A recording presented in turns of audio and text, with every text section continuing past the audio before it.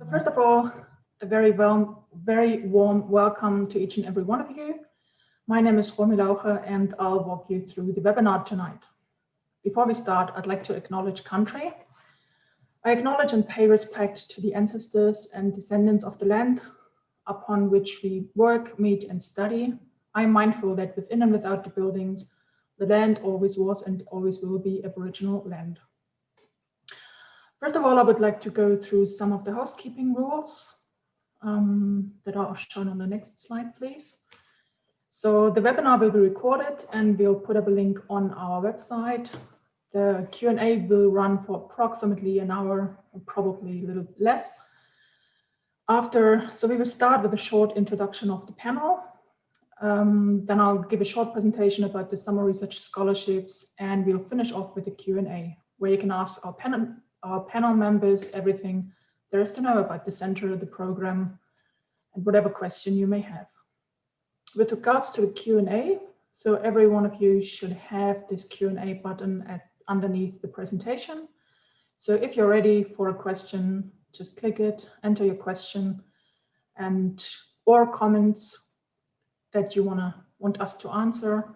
And if a question has already been raised, feel free to click on the thumbs up symbol, the like button, instead of repeating the same question. We will try and answer each and every question tonight. However, if there's some questions that we couldn't answer tonight, we'll display our contact email address. So just feel free to get in contact with us. Or if anything comes up afterwards, just feel free to contact us and we'll have a discussion about it. Next slide, please.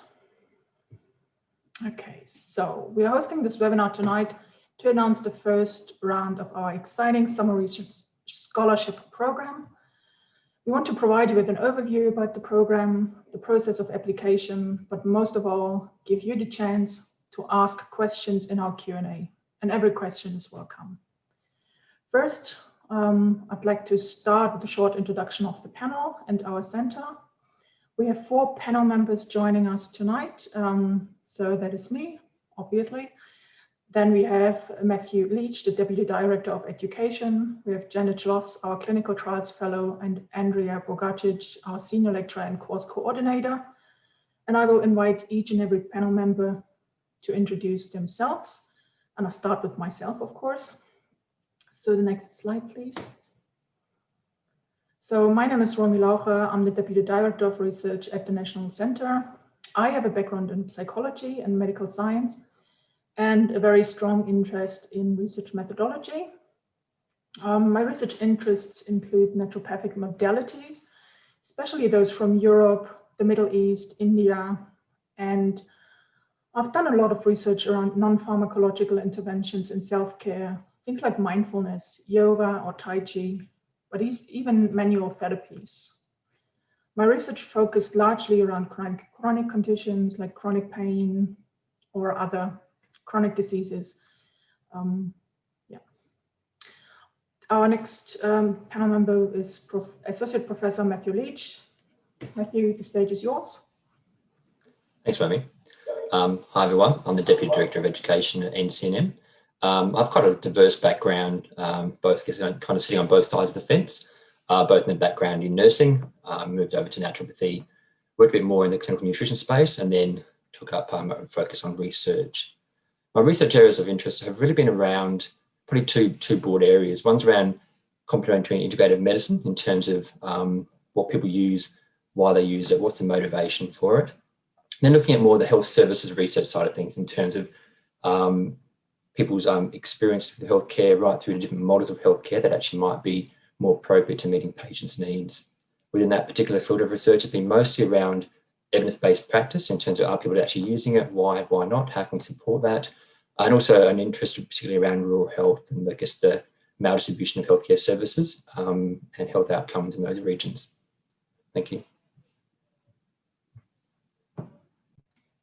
And the next one will be Dr. Janet Schloss.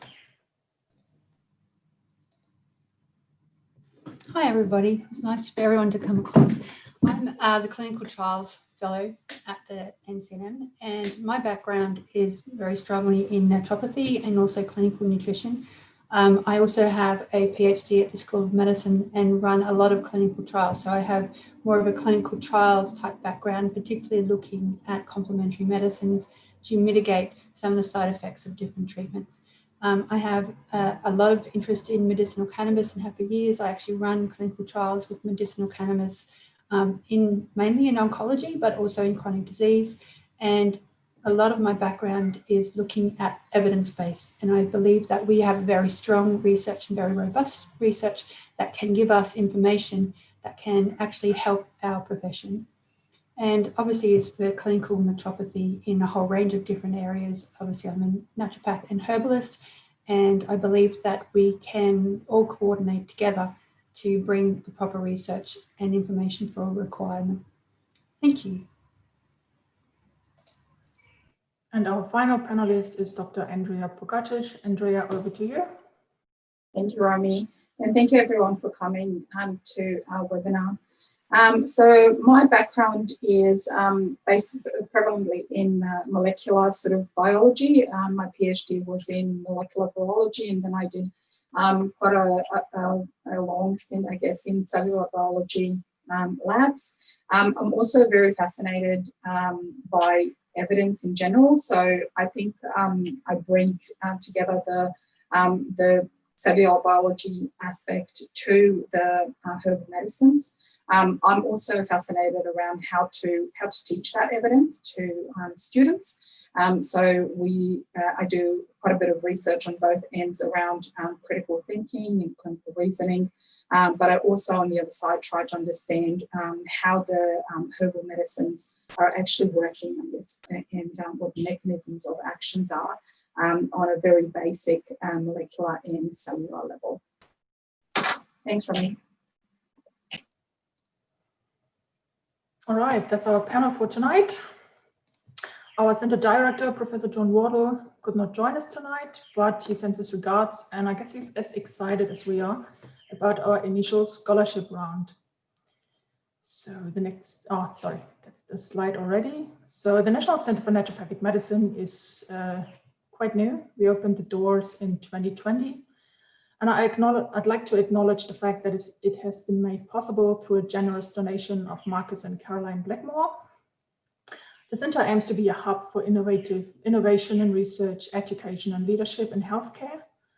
Our team, as you heard before, is a multidisciplinary team with expertise not only in naturopathic medicine, education and research, but in health more broadly. The center is located in Lismore campus.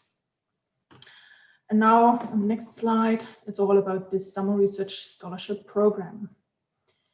So the program is intended for undergraduate students who are interested in pursuing a higher degree by research, like a master's by research or a PhD. And if you want to, you can see it as a test run. If research is really the thing for you, if you get along with us as potential supervisors. The program will provide you with first-hand research experience, and you'll participate in a 6-week research project under the supervision of our experienced center academics who are mostly on the panel tonight. And through participating in research, you'll gain an understanding of the research methods which are used. You'll develop your skills in research data management, data analysis. You'll learn a bit more about how to critically appraise research literature and apply critical thinking throughout the whole project. At the end of the project, you'll prepare a short presentation on the findings of your project, and you're invited to share those experiences with your fellow students and academics. And a scientific publication of the results is something that we could be looking at depending on the progress during the program. The program includes a scholarship component of $300 a week as a living allowance, and it will be paid in a fortnightly rate. Next slide, please. So the first round of the program will commence on January 11th and conclude on the 19th of February. And in the future, we are planning to offer this program within any of the 6 study periods of the 6x6 academic calendar to offer you more flexibility with the projects. At this stage, we are looking at 10 available places throughout 2021. And The students will be supervised individually and in groups depending on the topics and the learning outcome. And I guess for now, the most important part, how do you apply for this? Well, the application deadline is the 15th of November, which is in 10 days. And the application will be sent via email. In early December, we will invite shortlisted candidates for an interview. At this stage, most likely via Zoom. And by mid-December, the latest, we'll be able to send out letters of offer. The eligibility criteria on the next slide. Yes, so this is just a very short list of eligibility criteria. You'll find more on our website. The links will be displayed in the chat later on. So to participate, you have to be an undergraduate student at Southern Cross University. And you have to have completed at least 2 years of your full-time undergraduate study, or whatever the part-time equivalent is. You have to have the potential and especially the interest in undertaking a postgraduate study afterwards. And of course, you cannot hold a higher degree of research already. The same with the HDR program. So you can't have been admitted into an HDR program already at SCU or any other institution. We're looking at candidates who are really highly motivated, enthusiastic, and able to work within a group. And at the time, and then there are some minor criteria. So at the time of application, you have to be resident in Australia or demonstrate relevant visa permits, and you have to provide, like if you're not a native English speaker, you have to demonstrate a high level of English language proficiency. The assessment criteria are also based on the academic achievement of applicants, your motivation, and the writing skills. And research experience is not necessary at this stage. We have a list of 13 research projects available on the website. And again, the links will be shown later. And the projects cover a wide range of topics. And we hope that we can raise your interest in at least 1 or 2 of them. So we have projects for herbal medicines, for example, including cannabis or indigenous plants. We have projects around non-pharmacological interventions like yoga or hypnosis. Or we offer more exotic projects around leech therapy. And if you're interested in naturopathic practice or education, there are also projects available for that. And we are happy to discuss these projects with you and provide you with more detail if necessary. And some of the projects are a little more flexible, but that will be described in the, so you'll find more information in the description of the project where that's the case. So how do you actually apply? First of all, you go to our website at scu.edu.au, National Center Naturopathic Medicine. The link will be displayed in the chat. And you download the application form. The form so you fill out your contact details on your current enrollment and academic record. And then you select up to 3 projects from the list that is provided. Please outline why you're interested in these projects, what motivation and skills you're bringing to the table. And we are also interested how these scholarships may help you with your career plans. We will then review the applications once the deadline has passed and shortlist candidates for each project that we interview. And by mid-December, you'll receive an letter of offer. And then, well, then it's pretty much looking forward to working with you in the new year. There's one final remark though. You know, in light of the current COVID situation, still there are a few changes that had to be implemented with regards to on-site learning and studying. So we are committed to complying with the rules and practices. This might potentially impact the projects that we can offer at this stage, as well as the activities that we have planned as part of the summer projects. That was pretty much the whole summer research scholarships in a nutshell. And now I would like to open up for discussion for our Q&A. I would also invite all other panel members to turn on the video and audio again, and then it's really up to you. So please feel free to access the Q&A button underneath the presentation and type in any question that you may have.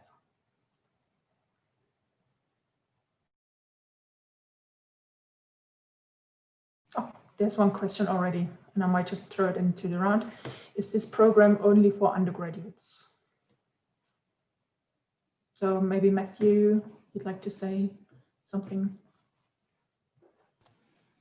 Sure. Like I said, just highlighting what Romy's already said, and that's that this is essentially about preparing undergraduate students to really explore the idea of whether research might be right for them, and also as a kind of a pathway into a higher research degree. So I guess if you already have a postgraduate award, then as a higher degree, then you would be eligible to participate in this. So essentially it's targeted at those who are currently in an undergraduate program. Mm-hmm. Perfect. So we have another question from Charlotte, and she asks, what hours and days will the research program be running throughout the 6 weeks? Anyone wants to take on that question? I'll do that. It will actually depend on the supervisor and the student to be able to coordinate it. You have set hours that you actually have to complete, but it can be worked together in regards to that. But then, of course, if you need supervision, then it would probably be during business hours, because that's when we are at work and be able to actually supervise you. In terms of hours, that's also flexible. The amount of time you would spend on that would probably be the same you would spend on a 6-week study, if you take the 6x6 model. So if you would, I don't know, do a course or a class, it would probably be the same commitment.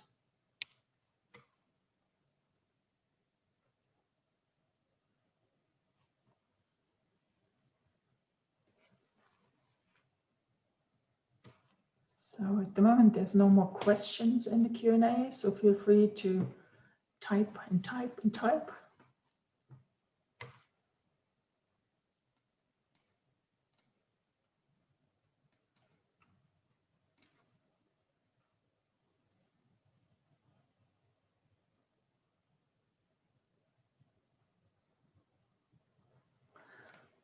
If not, then maybe we also have a few other questions that we had received during the week about the program, and maybe we just go through some of those, just in case this might actually answer the question for some people may have.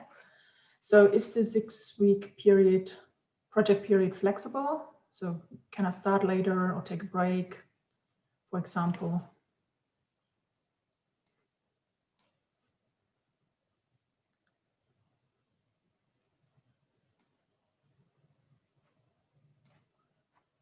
Okay, so maybe I just answer the question that I just raised. Well, the time commitment is really like a recommended time. It can be negotiated between students and supervisors. It's really up for discussion. So if there's any commitment you have otherwise, just let us know and we'll talk it through.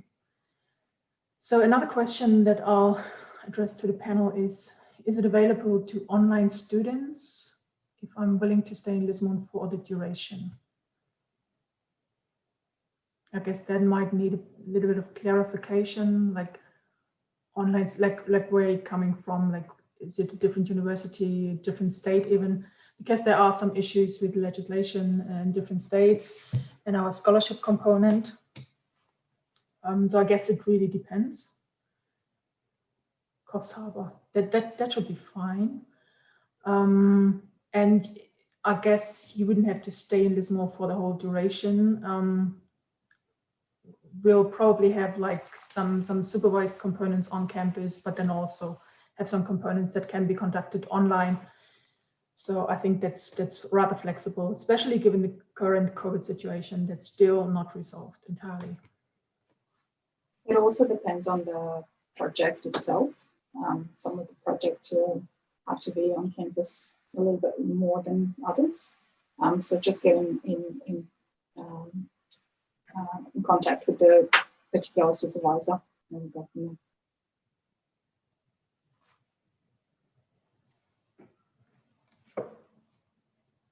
All right, another question maybe for you, Matthew, is there a tangible outcome that I might get from the project, like a publication or presentation?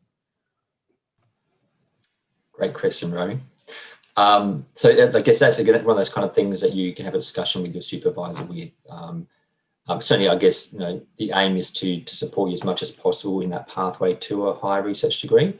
And part of that pathway is about just really establishing some kind of research track record for you. So I guess our intention is to try and support you as much as possible. And that might be, certainly because there's a presentation component attached to the scholarship program, but also it might be about supporting you in actually writing a scientific paper, that be in a peer-reviewed journal, or supporting you in actually getting some work that actually might be presented at a conference as well.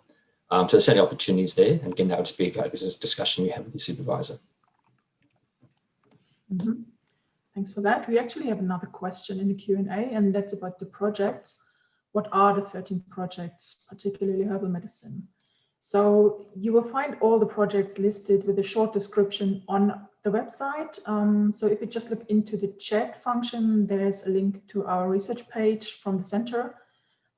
Just look at the PDF document. It has all the 13 projects, a paragraph on what this project is actually about, and you'll find all the information in there.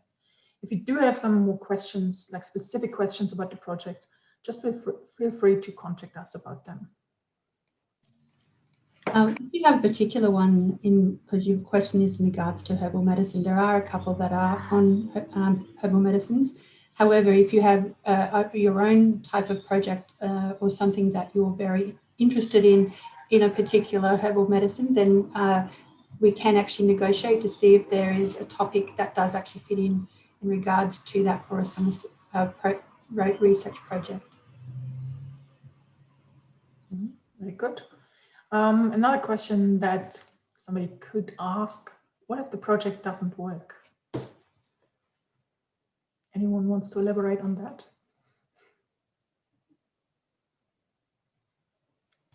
I was going to put Andrea into that, but I was just going to say something. Go, Janet. I don't know. You go right ahead, Andrea.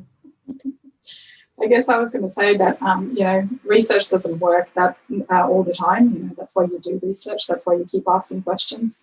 I wouldn't, I guess, let that be a discouraging point for not doing research, because there's always questions to ask and be answered. So, if it doesn't work, you'll present the data that you have collected. Maybe something, a different question can be asked for example, a master's or a honours project or something like that. It's not a discouraging point. I was going to say, no matter the outcome, if it works or not, it's still an outcome. So that's what research is actually about. So even if you think it doesn't work, it's still an outcome, and that's something that can actually still present. I'll just add there, I guess, the whole scholarship process is really about getting you familiar with the whole research process, not necessarily driving you towards the outcome. Another question that I received via email is, what if I wanted to stay on to complete the project as it is run over the indicated timeline? And I think that's a very interesting question. I guess it's really depending on the project and the time needed to finish it. But I guess there are certainly opportunities if you're interested in bringing it to completion. We could, for example, discuss to extend the project into an honours project, for example, or if you want to continue doing a master's by research. So there are really opportunities to take the projects further if what you're doing is something you're really enjoying.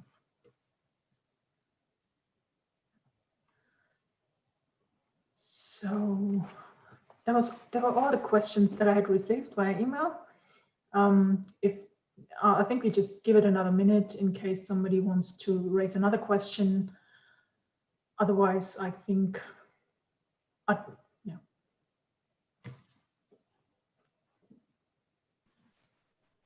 If I can just say something in terms of the summer scholarship in general, I think it's an amazing time and place to really dip your toes into the waters of research. So if you really do want to, I guess, if you're thinking about research but you're not quite sure where to go and how to do it and whether or not it's for you, it's definitely one beautiful pathway for you to try it out and then, fly into the waters of research as we've all done. So we hope we see you then. Yeah, and I might just address the next question to you directly, Andrea. The project that is about the use of cannabis by Parkinson's disease patients in Australia, does it require ethics clearance? Yes, it does. Okay. So how would that work? I mean, the summer research, I would apply for the I would apply for the ethics prior to the start of the project, because there's really not enough time to do the ethics application as well as the actual study. But it is something that we can have a conversation around with the student prior to the start of the project. Okay, so it would be ready by the time the scholarship commences. Exactly, yes. And there might be other projects like this where ethics clearance is required. So I guess, I mean, for this year, it's probably a bit short term, but for the next rounds of the scholarship program, we probably open it up a bit earlier so we have enough time to prepare for ethics application if we have somebody who's interested in conducting this specific project.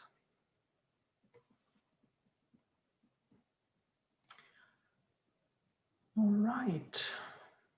Well, if there's no more, if there should be any additional questions that come up afterwards, feel free to send us an email. Just go to our website. I'll put the link in the chat again. You'll find the projects there. You find our contact email addresses there. Just write us an email and we contact you and we'll discuss the project with you.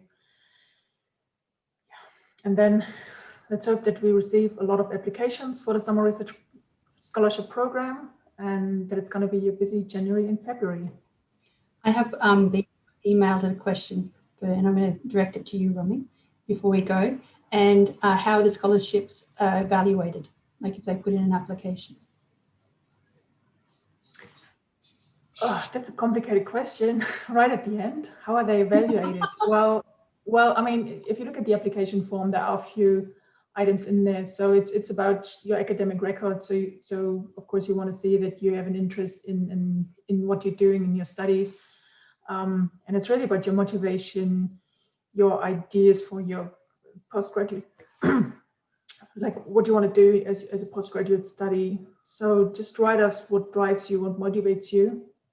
And together with your academic record, I think we can make a pretty fair decision about that. All right, so no more questions now. I think we are finished. Thank you for all the panelists and joining me tonight. Thanks for all the attendees and for the questions that were received via email and the Q&A. And again, if there are any further questions, please send them to us via email or contact us. We're happy to discuss them with you. Thank you. Thank you, everyone. Thank you. Thank you. Thank you. Thank you. Bye.